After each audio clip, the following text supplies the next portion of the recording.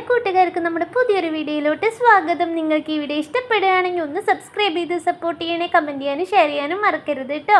അപ്പം ഞാൻ എൻ്റെ ജീവിതത്തിൽ ഈ സമയം കൊണ്ട് എന്തൊക്കെ നേടി എന്നതിനെ കുറിച്ചിട്ടുള്ളൊരു കുഞ്ഞു വീഡിയോ ആയിട്ടാണ് കേട്ടോ ഞാൻ ഇന്നത്തെ വീഡിയോയിലൂടെ വന്നിട്ടുള്ളത്. അപ്പം നിങ്ങൾക്ക് ഈ വീഡിയോ ഇഷ്ടപ്പെടുകയാണെങ്കിൽ എന്തായാലും ഒന്ന് സബ്സ്ക്രൈബ് ചെയ്യാൻ മറക്കരുത്, കമൻറ്റ് ചെയ്യാനും ഷെയർ ചെയ്യാനും മറക്കരുത് കേട്ടോ. അപ്പോൾ നമുക്ക് നേരെ വീഡിയോയിലോട്ട് പോകാം അല്ലേ. ഞാനൊരു 19 വയസ്സ് തൊട്ട് തുടങ്ങിയതാണ് കേട്ടോ ഈ പശുക്കളെ നോക്കുക എന്നുള്ളൊരു ദൗത്യം ഏറ്റെടുത്തിട്ട്. അങ്ങനെ തന്നെ വേണമെങ്കിൽ പറയാം അല്ലേ. നമുക്ക് ഓരോ സ്റ്റേജ് വരുമ്പോഴാണല്ലോ നമ്മൾ ഓരോ ദൗത്യം ഏറ്റെടുക്കാനായിട്ട് തുടങ്ങുന്നത്. അതുപോലെ തന്നെ ഞാൻ ഏറ്റെടുത്തതാണ് കേട്ടോ. ഒരു 19 വയസ്സ് തൊട്ടിട്ട് ഏറ്റെടുത്തതാണ്. ഇത്രയും പശുക്കളൊന്നല്ല കേട്ടോ, കുറേ പശുക്കളുണ്ടായിരുന്നു. ഒരു 10-20 പശുക്കളും എരുമകളും ഒക്കെ ഉണ്ടായിരുന്നു കേട്ടോ. ഇവരെ പാടത്ത് കൊണ്ടാക്കലും കൊണ്ടുവരലും ഇവരെ തീറ്റാൻ വിടലും എല്ലാ കാര്യങ്ങളും ഞാൻ ചെയ്തിട്ടുണ്ടായിരുന്നു കേട്ടോ. എനിക്ക് യാതൊരുവിധ മടിയോ കാര്യങ്ങളോ ഒന്നും തന്നെ എനിക്ക് ആ സമയത്ത് തോന്നിയിട്ടുണ്ടായിരുന്നില്ല. കാരണം എനിക്ക് അറിയപ്പോലും ഉണ്ടായിരുന്നില്ല. ഞാനൊക്കെ എൻ്റെ ലൈഫിൽ ഞാൻ എപ്പോഴും എൻ്റെ വീഡിയോയിൽ പറയുന്ന കാര്യമാണ്, ഞാനൊക്കെ എരുമേനെ കണ്ടത് തന്നെ ഇവിടെ വന്നിട്ടാണ് കേട്ടോ. ഇതിന് മുന്നേ ഞാൻ എരുമേനെ കണ്ടിട്ടില്ല, ഇങ്ങനൊരു സാധനം ഉണ്ട് എന്ന് പോലും എനിക്ക് അറിയുന്നുണ്ടായിരുന്നില്ല. ഞാൻ ആകെ കൂടി കേട്ടിട്ടുണ്ടായിരുന്നത് പോത്തുണ്ട് എന്നതിനെക്കുറിച്ച് മാത്രമാണ് കേട്ടോ. അപ്പോൾ ഇവിടെ വന്നു, ഇതിനൊക്കെ കണ്ടു, പരിചയപ്പെട്ടു. എന്തോ മുജ്ജന്മത്ത് നമുക്ക് ഓരോ കാര്യങ്ങൾ ഉണ്ടാവുമെന്ന് പറയില്ലേ, അതുപോലെ തന്നെ എനിക്ക് പക്ഷികളെ മൃഗങ്ങളെയൊക്കെ പണ്ട് മുതലേ ഭയങ്കര ഇഷ്ടം. അതുകൊണ്ടായിരിക്കും ദൈവം നമ്മളെ ഇവിടെ തന്നെ കൊണ്ടുവന്നത് എന്നാണ് കേട്ടോ ഞാൻ വിചാരിക്കുന്നത്. അതിലെനിക്ക് യാതൊരുവിധ സങ്കടങ്ങളുമില്ല. ഞാൻ ഇന്നും അത് സന്തോഷപൂർവ്വം ഏറ്റെടുത്ത് മുന്നോട്ട് തന്നെ പോകുന്നുണ്ട്. അപ്പം ഞാൻ എൻ്റെ ലൈഫിൽ ഒരു 22 വയസ്സിലാണ് കേട്ടോ ഞാൻ സ്വന്തമായിട്ടൊരു വീട് വെച്ചു എന്ന് പറയുന്നത്. ഞാൻ അഭിമാനത്തോടു കൂടി പറയുന്നുണ്ട് കേട്ടോ. ഞാൻ സ്വന്തമായിട്ട് 22 വയസ്സിൽ വീട് വെച്ചു. എന്തുകൊണ്ടും അത് ഇതിൽ നിന്ന് കിട്ടിയ വരുമാനം കൊണ്ട് ഒന്നുമല്ല കേട്ടോ. എൻ്റെ അച്ഛൻ എനിക്ക് തന്ന സ്വത്താണ് കേട്ടോ എൻ്റെ ഈ വീട് എന്ന് പറയുന്നത്. കാരണം എൻ്റെ അച്ഛൻ്റെ ഒരു പ്രയത്നം തന്നെയാണല്ലേ എൻ്റെ വീട് എന്ന് പറയുന്നത്. എൻ്റെ അച്ഛൻ തന്ന സാധനങ്ങൾ കൊണ്ട് തന്നെയാണ് കേട്ടോ ഞാൻ എൻ്റെ വീട് വെച്ചത്. ഒരു രൂപ പോലും ഞാൻ നശിപ്പിച്ച് കളഞ്ഞിട്ടില്ല. ഇത്രയും ചെറുപ്പത്തിൽ ഞാൻ എന്ത് ചെയ്തു എന്നതിനുള്ള ഏറ്റവും വലിയ ഉദാഹരണമാണ് കേട്ടോ എൻ്റെ സ്വന്തമായിട്ടുള്ള വീട്. ഓരോ അച്ഛനമ്മമാരും മക്കൾക്ക് സ്വർണം കൊടുക്കുമ്പോൾ ഓരോ സാധനങ്ങൾ കൊടുക്കുമ്പോഴും അവരുടെ ഒരു വലിയൊരു വിയർപ്പിൻ്റെ വില തന്നെയാണല്ലേ അവരെ കൊടുക്കുന്നത്. അത് ഞാൻ നശിപ്പിക്കാതെ എൻ്റെ അച്ഛൻ്റെ മുന്നിൽ എനിക്ക് കാണിക്കാൻ പറ്റും. എനിക്ക് സ്വന്തമായിട്ടൊരു വീട് വെച്ച് കൊടുത്തിട്ടാണ് കേട്ടോ ഞാനത് എൻ്റെ അച്ഛനെ അഭിമാനപൂർവ്വം ഞാൻ എൻ്റെ അച്ഛനെ കാണിച്ചു കൊടുത്തത്. എൻ്റെ അച്ഛന് വളരെയധികം സന്തോഷമുണ്ട് എന്ന് ഞാൻ വിചാരിക്കുന്നു. ഇത്രയും കാലത്തിൻ്റെ ഇടയ്ക്ക് ഞാൻ ചോദിച്ചിട്ട് പോലും ഇല്ല എൻ്റെ അച്ഛനോട്. അപ്പോൾ ഒരുപാട് കാര്യങ്ങൾ നമ്മൾ പെൺകുട്ടി എന്ന നിലയിൽ നമ്മൾ പഠിച്ചു വന്ന കുറേ കാര്യങ്ങളുണ്ട്. നമ്മുടെ ഒരു വീട്, നമ്മളൊരു പെട്ടെന്ന് ഒരാളുടെ ഭാര്യയായി, ഒരു കുടുംബിനിയായി, ഒരു അമ്മയായി, അങ്ങനെ കുറേ സ്റ്റേജിലൂടെയാണ് നമ്മൾ കടന്നു പോയിക്കൊണ്ടിരിക്കുന്നത്. അതിലൂടെ നമ്മൾക്ക് കുറേ കാര്യങ്ങൾ ഞാൻ പഠിച്ചു. എന്താ പറയുക, പശുക്കൾക്ക് വെള്ളം കൊടുക്കാൻ, അതിനൊക്കെ നമുക്ക് നമ്മൾ വെറുതെ അങ്ങോട്ട് പോയിട്ട് അവർക്കൊന്നും കൊടുക്കാനോ ഒന്നും പറ്റില്ലല്ലോ. അതിനെ കുറേ കാര്യങ്ങൾ ചെയ്യാനുണ്ട്. ഒരു വട്ടം ഒരു പശുവിനെ കൊടുത്തിട്ട് ആ പശുവിനെ കുത്തി എറിഞ്ഞിട്ടുണ്ട്. എന്നാലും ഞാൻ ആ പശുവിനെ പിന്നെയും അഴിച്ച് അതിന് ഞാൻ എൻ്റെ ഒരു ഇതിലേക്ക് കൊണ്ടുവന്നു. അതൊക്കെ എനിക്ക് ചെയ്യാൻ പറ്റിയ വലിയ കാര്യങ്ങൾ തന്നെയാണ് കേട്ടോ. അത് കഴിഞ്ഞാൽ സ്വന്തമായിട്ട് പൈസയൊക്കെ ഉണ്ടാക്കി കുറേശ്ശെ കൂട്ടി വെച്ച് പൈസയൊക്കെ ഉണ്ടാക്കി ഞാൻ സ്വന്തമായിട്ട് എൻ്റെ കയ്യിലെ എൻ്റെ അധ്വാനം കൊണ്ടാണ് കേട്ടോ ഞാൻ എൻ്റെ ലൈസൻസ് എടുത്തത്. അതൊക്കെ എനിക്ക് വളരെ അഭിമാനപൂർവ്വം പറയാൻ പറ്റുന്ന കുറേ കാര്യങ്ങളാണ്. അപ്പോൾ സ്വന്തമായിട്ട് ഞാൻ വരുമാനമൊക്കെ ഉണ്ടാക്കി ഞാൻ സ്വന്തമായിട്ട് 2 വീലറിൻ്റെയും 4 വീലറിൻ്റെയും ഒക്കെ ലൈസൻസ് എടുത്തു. അതുകൂടാതെ തന്നെ ഞാൻ സ്വന്തമായിട്ട് എനിക്കൊരു വണ്ടി വാങ്ങിച്ചു. ഇതൊക്കെ നമ്മുടെ ജീവിതത്തിൽ എനിക്കുണ്ടായ കുറേ സാഹചര്യങ്ങൾ മൂലം ഉണ്ടായ കുറേ പ്രശ്നങ്ങളിലൂടെ തന്നെയാണ് കേട്ടോ ഞാൻ ഈ കാര്യങ്ങളൊക്കെ ചെയ്തത്. കാരണം എനിക്കിപ്പോൾ എൻ്റെ ഹസ്ബൻഡിനായാലും ഇതാണ് ജോലി. അപ്പോൾ എൻ്റെ കൂടെ എപ്പോഴും വരാനൊന്നും പറ്റത്തില്ല. അപ്പോൾ അതുകൊണ്ട് തന്നെ എനിക്ക് പുറത്തേക്ക് പോകുമ്പോഴും വരുമ്പോഴും ഒക്കെ എനിക്ക് മറ്റുള്ള വണ്ടികളെ ആശ്രയിക്കേണ്ടതായി വന്നു. പിന്നെ എനിക്ക് എൻ്റെ സമയത്തിന് പോകാനും വരാനും ഒക്കെ പറ്റാതെ. അപ്പോൾ തന്നെ നമ്മുടെ ഒരു സാഹചര്യമാണല്ലോ നമ്മുടെ ജീവിതം. അപ്പോൾ എൻ്റെ സാഹചര്യം എന്നെ പഠിപ്പിച്ചു, ഇനി എനിക്ക് ഇതേപോലെ ജീവിച്ചാൽ പറ്റില്ല. എനിക്ക് സ്വന്തമായിട്ട് തന്നെ സ്വന്തം കാലിൽ നിൽക്കാൻ തന്നെ പറ്റുള്ളൂ. അപ്പോൾ അതുകൊണ്ടാണ് കേട്ടോ ഞാനൊരു 10-22 വയസ്സാകുമ്പോഴത്തേനും സ്വന്തമായിട്ട് വണ്ടി ഓടിക്കാൻ പഠിച്ചു. എല്ലാ കാര്യങ്ങളും സ്വന്തമായിട്ട് ചെയ്യണമെന്ന് എനിക്ക് വലിയൊരു ആഗ്രഹം ഉണ്ടായിരുന്നു കേട്ടോ. അപ്പോൾ ഈ തൊഴിലിലൂടെ നിന്നതുകൊണ്ട് തന്നെയാണ് കേട്ടോ ഞാൻ എൻ്റെ എല്ലാ കാര്യങ്ങളും ഞാൻ നേടിയെടുത്തത്. അപ്പോൾ അതുകൊണ്ട് തന്നെ എനിക്ക് വളരെയധികം സന്തോഷമുണ്ട് ഇപ്പോഴും എനിക്ക് ജീവിക്കാനായിട്ട്. കാരണം എൻ്റെ എല്ലാ കാര്യങ്ങളും ഞാൻ സ്വന്തമായിട്ട് നിറവേറ്റിയൊരു വ്യക്തിയാണ് കേട്ടോ. എല്ലാവരും ജീവിക്കുന്ന പോലെ കുറേ സിനിമ കാണാനോ കുറേ കറങ്ങാനോ ഒന്നിനും ഞാൻ പോയിട്ടില്ല കേട്ടോ. എൻ്റെ ലൈഫിൽ 1-2 പടം മാത്രമാണ് കേട്ടോ ഒരു തിയേറ്ററിൽ പോയിട്ട് കണ്ടിട്ടുണ്ട് എന്ന് വരെ പറയാൻ പറ്റുള്ളൂ. അത്ര പോലും ഞാൻ എൻ്റെ ലൈഫ് ഞാൻ ഒരുപാട് എൻജോയ് ചെയ്ത് ജീവിക്കുന്ന ആളൊന്നുമല്ല. എന്താ പറയുക, എനിക്ക് എൻ്റെ ലൈഫ് ഇതാണ്, അപ്പോൾ ഇതിലൂടെ ഞാൻ മുന്നോട്ട് പോകണം. എന്നും ദുഃഖം ദുഃഖം എന്ന് വിചാരിച്ചിരുന്നിട്ട് കാര്യമില്ലല്ലോ. നമ്മൾ എന്തിലൂടെയാണ് സന്തോഷം കണ്ടെത്താൻ ശ്രമിക്കേണ്ടത് എന്ന് മാത്രം വിചാരിച്ചാൽ മതി. കുറേ പേരുണ്ട് എന്തിനാ ഞാൻ ജീവിക്കുന്നത്, എന്തിനാ ഞാൻ അങ്ങനെയൊന്നും വിചാരിക്കേണ്ട കേട്ടോ. നമ്മുടെ ജീവിതം എന്ന് പറയുന്നത് നമുക്ക് കിട്ടിയ സ്വത്ത് തന്നെയാണ് നമ്മുടെ ജീവിതം. അപ്പോൾ നമ്മൾ അതിലൂടെ നമ്മൾ എൻജോയ്മെൻറ്റ് കണ്ടെത്താനായിട്ടാണ് ശ്രമിക്കേണ്ടത്. ചിലപ്പോൾ നമ്മളെക്കാട്ടും ഉയർന്ന ഉള്ളവരുണ്ടായിരിക്കാം നമ്മുടെ കൂടെ, അതിനെക്കാട്ടും താഴ്ന്ന ഗതിയിൽ ജീവിക്കുന്ന ആൾക്കാരുണ്ടായിരിക്കാം. അപ്പം നമ്മളെന്താ വിചാരിക്കേണ്ടത്? നമ്മളെക്കാട്ടും താഴ്ന്നവരെക്കുറിച്ച് ചിന്തിക്കാനാണ് വിചാരിക്കേണ്ടത്. നമ്മളതിനെക്കാട്ടും ഉയർന്നവരെക്കുറിച്ച് ചിന്തിക്കാനും നമ്മൾ വിചാരിക്കുക. കാരണം നമുക്ക് അവരുടെ ഒപ്പം എത്തണം, അല്ലെങ്കിൽ നമ്മൾക്കും ആ ഒരു രീതിയിൽ ജീവിക്കണം എന്ന് വിചാരിച്ചു കഴിഞ്ഞാൽ നമ്മുടെ ലൈഫ് നമ്മൾ സൂപ്പറായിട്ട് തന്നെ മുന്നോട്ട് കൊണ്ടുപോകാനായിട്ട് പറ്റും കേട്ടോ. ഏത് തൊഴിലെടുത്താലും നമ്മുടെ അധ്വാനത്തിലൂടെ എന്ത് വരുമാനം കണ്ടെത്തിയാലും അത് വലിയൊരു പ്രോഫിറ്റ് തന്നെയാണ് കേട്ടോ നമ്മുടെ ലൈഫിൽ. കാരണം എൻ്റെ അച്ഛൻ ഓരോ വർഷം കൂടി കിട്ടുന്ന പൈസ കൂട്ടി വെച്ച് എല്ലാ വർഷവും ഞങ്ങൾക്ക് സ്വർണം വാങ്ങിച്ച് തന്നുകൊണ്ടിരിക്കുന്ന ഒരു വ്യക്തിയായിരുന്നു. ഒരു രൂപ എൻ്റെ അച്ഛൻ നശിപ്പിച്ച് കളയുന്നതോ അതുപോലെ തന്നെ ഒരു കടക്കാർ നമ്മുടെ വീട്ടിൽ വരുന്നതോ ഞാൻ എൻ്റെ ജീവിതത്തിൽ കണ്ടിട്ടില്ല.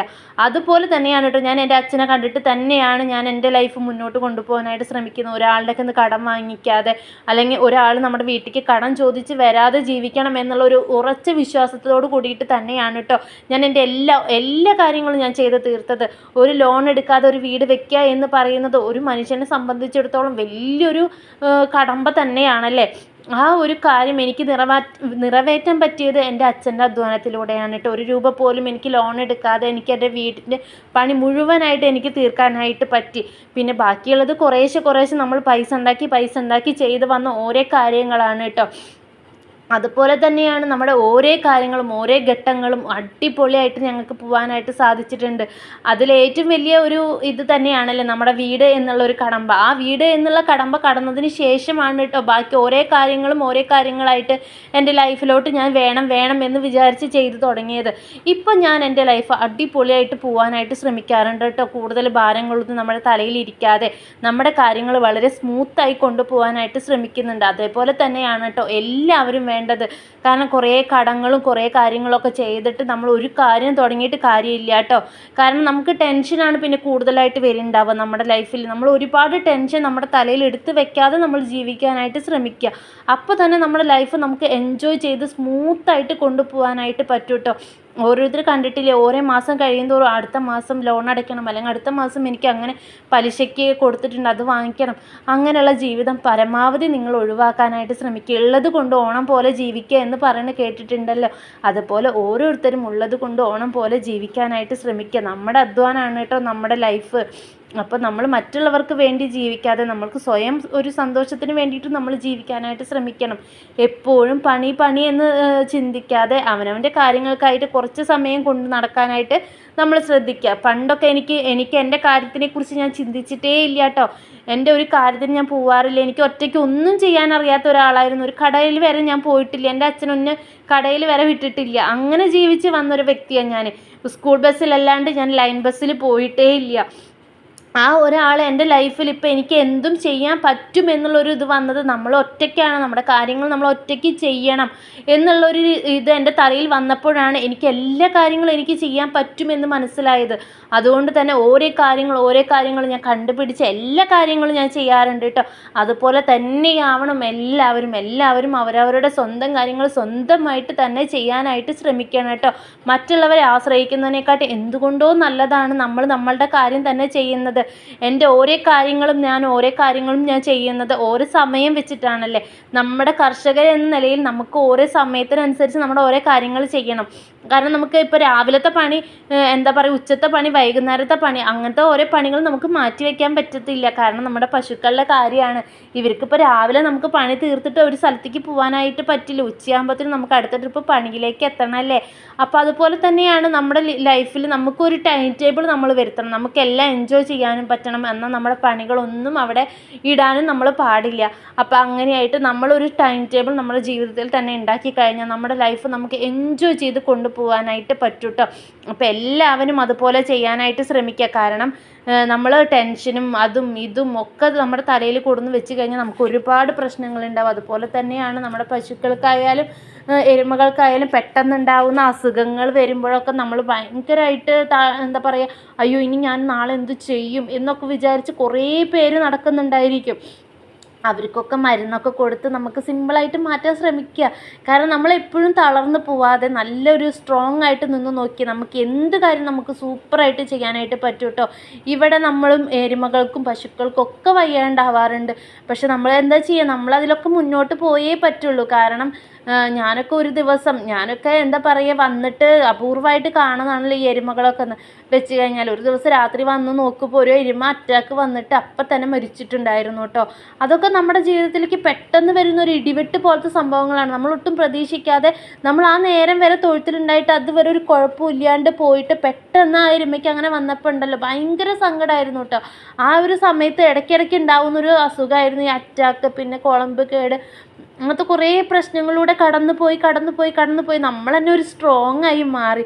കാരണം കുളമ്പേടൊക്കെ വരിക എന്ന് പറഞ്ഞ സിറ്റുവേഷൻ എന്ന് വെച്ചാൽ വളരെ വളരെ നമുക്ക് കർഷകരെന്ന നിലയിൽ, ഒരു ക്ഷീരകർഷകർ എന്ന നിലയിൽ നമുക്ക് ഭയങ്കര ബുദ്ധിമുട്ടുള്ള കാര്യങ്ങളാണ്. നമ്മൾ അവരെ പരിപാലിക്കുന്നതും അവരുടെ കാര്യങ്ങൾ ചെയ്യുന്നതും ഒക്കെ ഭയങ്കര ബുദ്ധിമുട്ടാണ് കേട്ടോ ആ സമയത്ത്. കാരണം ഇവരുടെ കുളമ്പൊക്കെ പൊട്ടി ഒരു ഭയങ്കരമായ ഒരു രീതിയിലാവും, നാവൊക്കെ പൊട്ടി അവരൊന്നും വെള്ളം എടുക്കാതെ പറ്റാത്ത അവസ്ഥയിലൊക്കെ ആയിരിക്കും.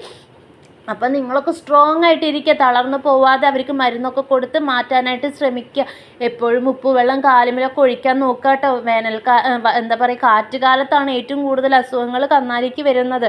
അപ്പം നിങ്ങൾ പരമാവധി നല്ല രീതിയിൽ നമ്മുടെ തൊഴുത്തും കാര്യങ്ങളൊക്കെ നല്ല രീതിയിൽ നോക്കുക. പുറത്തുനിന്നൊരു പശുക്കളെ മേടിക്കുമ്പോൾ നന്നായി കാലൊക്കെ കഴുകി നല്ല വൃത്തിക്ക് നമ്മുടെ തൊഴുത്തിലോട്ട് കയറ്റാനായിട്ട് ശ്രമിക്കുക കേട്ടോ. കുളമ്പ് കേടൊന്നും ജീവിതത്തിൽ ഒരു ക്ഷീരകർഷകനും വരരുതേ എന്ന് പ്രാർത്ഥിക്കുന്ന ഒരാളാണ് ഞാൻ കേട്ടോ. കാരണം അത്രയും ആഗ്രഹിച്ചിട്ട് ഞാനൊരു പശുക്കുട്ടീനെ നോക്കി ഉണ്ടാക്കിയിട്ട് അത് കുളമ്പേടും മൂലം ചത്തുപോയിട്ടുണ്ട്. അതെനിക്ക് ഇപ്പോഴും മറക്കാൻ പറ്റില്ല കേട്ടോ. കാരണം അത് ആദ്യത്തെ പ്രസവമായിരുന്നു. ആ പ്രസവം കഴിഞ്ഞ സമയത്താണ് ആ പശുവിന് കുളമ്പേട് കിട്ടിയിട്ട് നമുക്കൊന്നും ചെയ്യാൻ പറ്റില്ല. പരമാവധി മരുന്നുകളൊക്കെയും കൊടുത്തു, എല്ലാ കാര്യങ്ങളും ചെയ്തു കേട്ടോ. പക്ഷെ എന്തുകൊണ്ടോ അവൾ നമ്മുടെ കയ്യിൽ നിന്ന് പോയി. അങ്ങനെ ഒരുപാട് സങ്കടങ്ങളും ഇതൊക്കെ എല്ലാവർക്കും ഉണ്ട്. പക്ഷെ എല്ലാവരും സ്ട്രോങ് ആയിരിക്കുക. നമ്മൾ സ്ട്രോങ് ആയാൽ തന്നെ നമ്മുടെ ലൈഫും അതിൽ ഇരട്ടി സ്ട്രോങ് ആവും കേട്ടോ. അപ്പോൾ എല്ലാവർക്കും ഒരു നല്ല ദിവസം നേരുന്നു. അപ്പോൾ എല്ലാവർക്കും ടാറ്റാ.